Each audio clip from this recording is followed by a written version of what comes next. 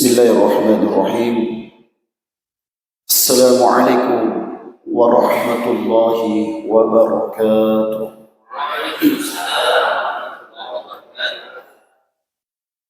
Alhamdulillah, alhamdulillahi rabbil alamin. Asyhadu an la ilaha illallah wa asyhadu anna Muhammadar Rasulullah.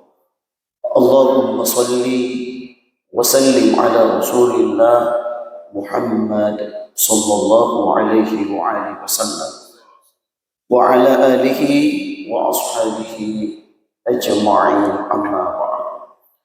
Bapak Ibu seluruh yang hadir yang insyaallah sama-sama dimuliakan Allah Subhanahu wa taala. Allah Subhanahu wa taala menciptakan malaikat.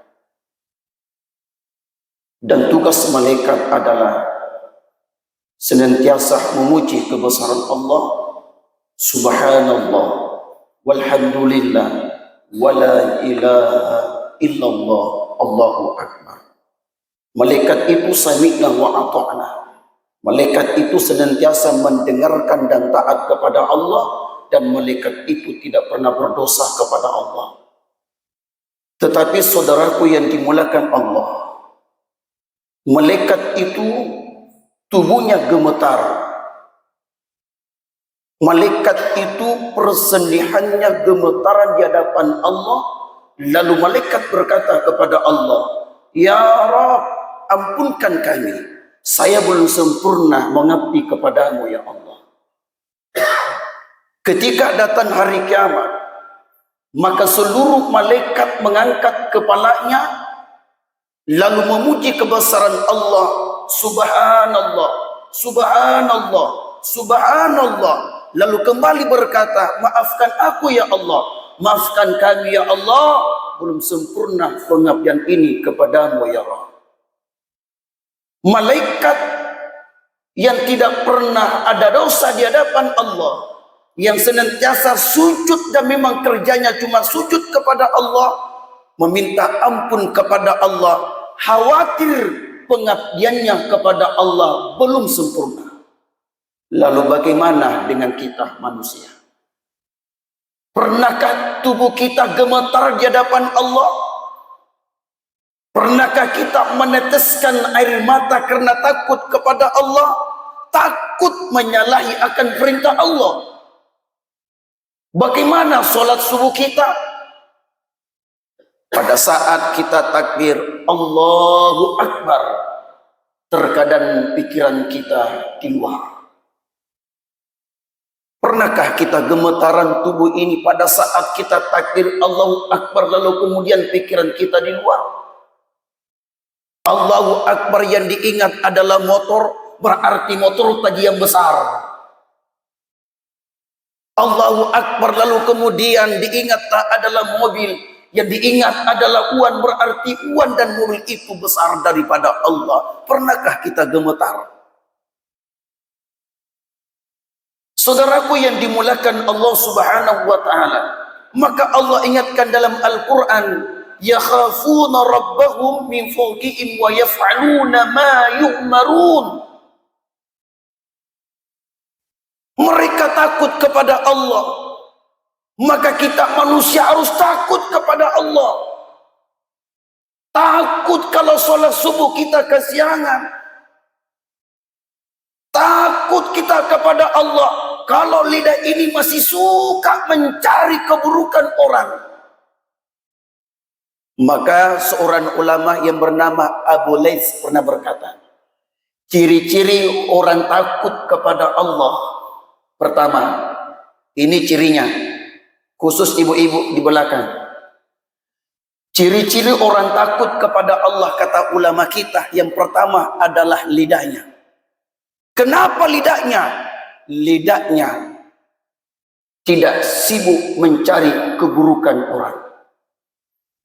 Orang yang takut kepada Allah, kata ulama, lidahnya tidak pernah memfitnah, tidak pernah menceritakan keburukan orang, tidak pernah membuka aib orang. Lidahnya orang yang takut kepada Allah terbasahi dengan Al-Quran, terbasahi dengan zikir dan wirid kepada Allah. Ibu, Bu, orang yang takut kepada Allah lidahnya tidak suka gosip. Gosip ini kan penyakitnya bapak-bapak. Rata-rata pak gosip uga pasangin bapak-bapak. Cocok ibu? Kenapa ketawa ibu? Tak balik ki? Alhamdulillah kalau mengerti jaki. Lalu yang kedua kata ulama, orang yang takut kepada Allah itu matanya tidak pernah memandang sesuatu yang diharamkan Allah. Orang yang takut kepada Allah matanya selalu tertuju kepada ayat-ayat Allah, pada Al-Quran, kepada penciptaan-penciptaan Allah di dunia ini.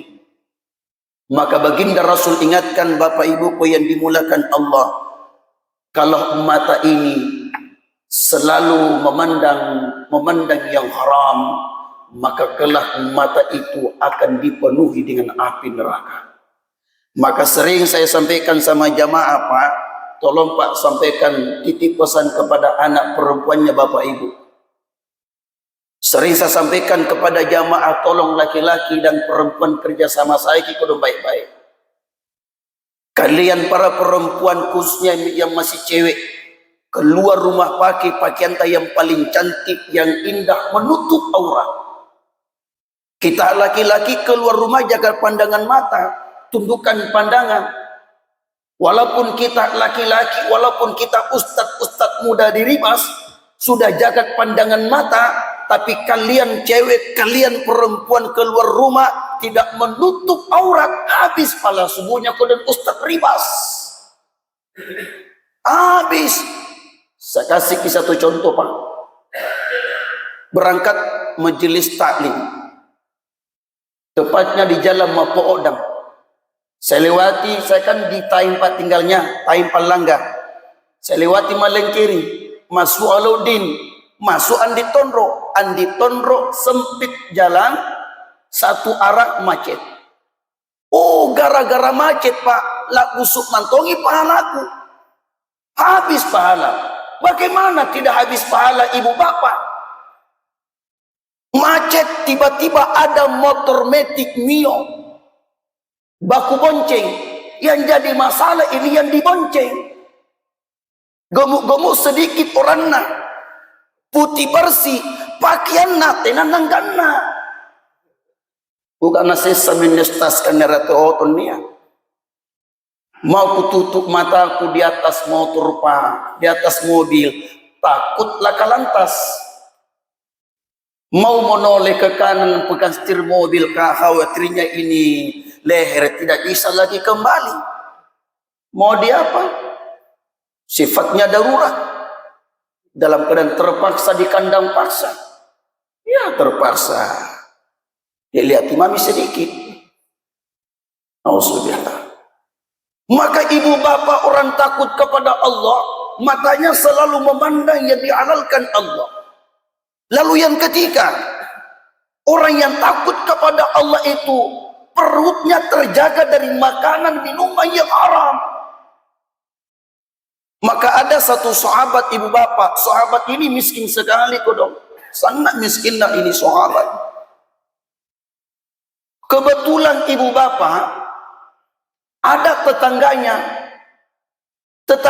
itu punya pohon kurma tinggi sampai tangkainya menjulang di rumahnya si miskin tersebut. Kalau tidak salah namanya Abu Dujana. Ya, Pak Imam. Ya. Maka ibu bapak di setiap malam berhembus angin itu, maka buah kurma milik tetangga itu jatuh di halaman rumah sahabat yang miskin tersebut, Abu Dujana. Di setiap malam dia kumpulkan buah kurma itu, di setiap subuh dia kumpulkan buah kurma itu. Lalu kemudian apakah sahabat memakan dan memberikan keluarganya? Tidak. Dia kumpulkan lalu kemudian dia serahkan kepada tetangganya. Kenapa? Karena bukan haknya. Suatu saat ibu bapak sahabat ini terlambat pulang karena ikut berdoa dengan baginda Rasul. Ketika sampai di rumahnya, ternyata anak-anaknya sudah terbangun dari tidurnya. Anak-anaknya sedang sibuk mengumpulkan buah kurma milik tetangganya, dan anak-anaknya sudah memakan buah kurma milik tetangganya. Maka pada saat itu seorang ayah yang beriman, yang takut kepada Allah, lalu berkata, "Nah, jangan kau makan buah kurma milik tetangga kita. Haram kau makan, nak. Belum ada izin dari tetangga. Muntahkan buah kurma itu." Begitu hebatnya seorang ayah, 3 jari tangannya dia masukkan ke dalam mulut anaknya, agar kurma yang dia makan anak-anaknya segera dia muntahkan. Kenapa? Karena sifatnya haram. Muntahkanlah. Jangan malukan ayah di hadapan Allah. Begitu menjaga diri sahabat ini ibu bapak dari makanan yang haram, dari minuman yang haram ibu bapak. Maka Allah ingatkan, ya ayyuhalladzina amanu kulu washrabu halalan thayyiban.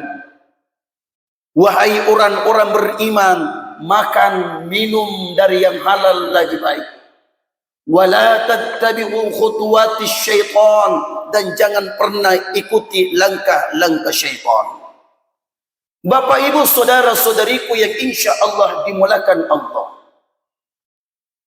Maka baginda Rasul ingatkan Bapak Ibu, ketika tubuh seseorang berkerut karena takut kepada Allah, maka sungguh Allah menggugurkan dosanya sebagaimana daun-daun berguguran dari pohonnya. Terakhir ibu bapak, ada satu kisah indah Pak. Insya Allah ini motivasi untuk kita. Seorang laki-laki jatuh cinta kepada seorang perempuan yang sangat cantik, tetangganya sendiri. Laki-laki jatuh cinta kepada tetangganya sendiri. Suatu saat ibu bapak, laki-laki dan perempuan tersebut berangkat di sebuah tempat bersama dengan rombongan keluarga.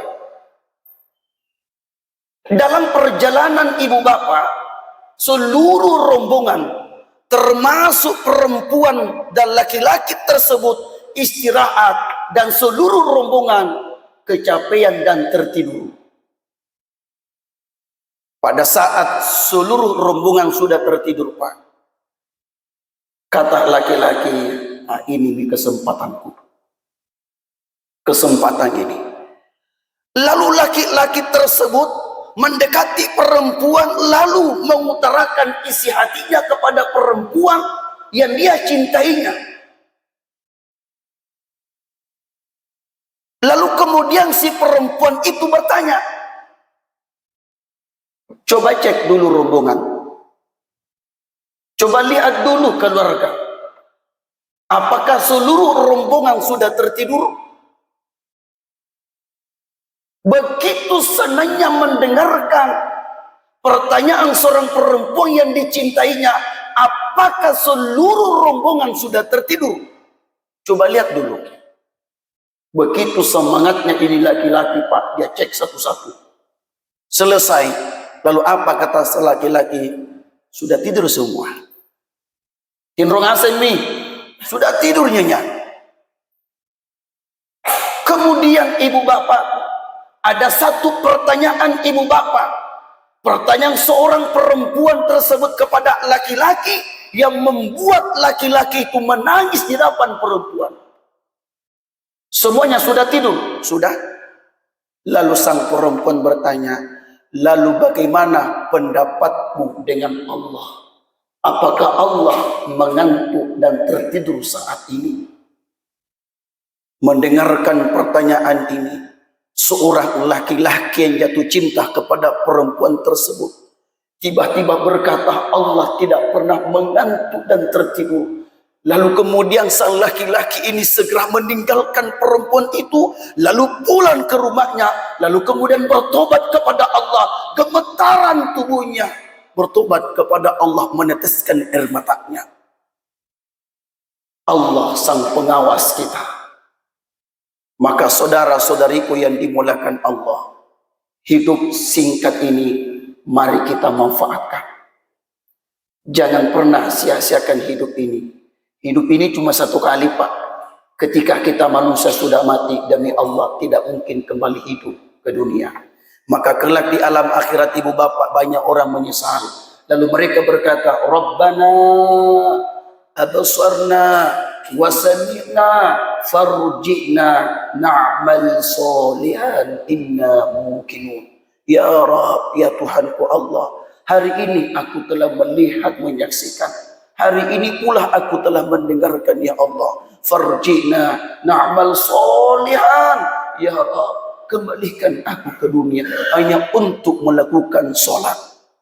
Jadi farji'na na'mal solihan bisa bermakna amal soleh, bisa bermakna solat. Ya Allah, hidupkan saya ya Allah. Kalau Engkau hidupkan di waktu subuh toma Allah saya lakukan solat. Setelah selesai solat subuh, matikan kembali ya Allah. Farji'na na'mal solihan inna muqinun. Bapak Ibu seluruh yang hadir yang insyaallah dimulakan Allah Subhanahu wa taala. Olehnya itu Pak, mari kita senantiasa menjaga ibadah kita kepada Allah. Ibadah kita kepada Allah hablum minallah, kemudian hablum minan nas kita jaga baik-baik. Kunci kehidupan itu cuma dua. Insyaallah ketika dua hal ini kita jaga baik-baik dan kita istiqomah dua hal ini, yakinlah kehidupan kita aman, nyaman, dan insyaallah Allah mudahkan perjalanan akhirat kita. Yang pertama hablum minallah wa hablum minan nas. Terima kasih Bapak Ibu atas segala amanah perhatian. Yang benar tentu datang dari Allah Subhanahu wa taala. Mari Bapak Ibu kita tutup ceramah pada subuh hari ini dengan bersama berdoa kepada Allah Subhanahu wa taala. Bismillahirrahmanirrahim. Alhamdulillahi rabbil alamin. Allahumma shalli wa sallim ala rasulillah Muhammad sallallahu alaihi wa alihi wasallam. La ilaha illa anta subhanaka inna kunna minaz zalimin. Allahumma inna nas'aluka salamatan fid din wa afiyatan fil jasad wa ziyadatan fil ilmi wa barakatan fil rizqi wa tawbatan qabla al maut wa rahmatan inda al maut wa maghfiratan ba'da al maut. Allahumma hawwin 'alaina fi sakaratil maut wan najati minan nar. Rabbana la tuzigh qulubana ba'da iz hadaitana wa hab lana min ladunka rahmah innaka antal wahhab. Allahumma iftah lana abwaabal khair. Allahumma iftah lana abwaabal barakah. Allahumma iftah lana abwaabal nikmah, abwaabal rizq, abwaabal quwwah. Rabbana atina fid dunya hasanah wa fil akhirati hasanah wa qina azabannar. Assalamualaikum warahmatullahi wabarakatuh.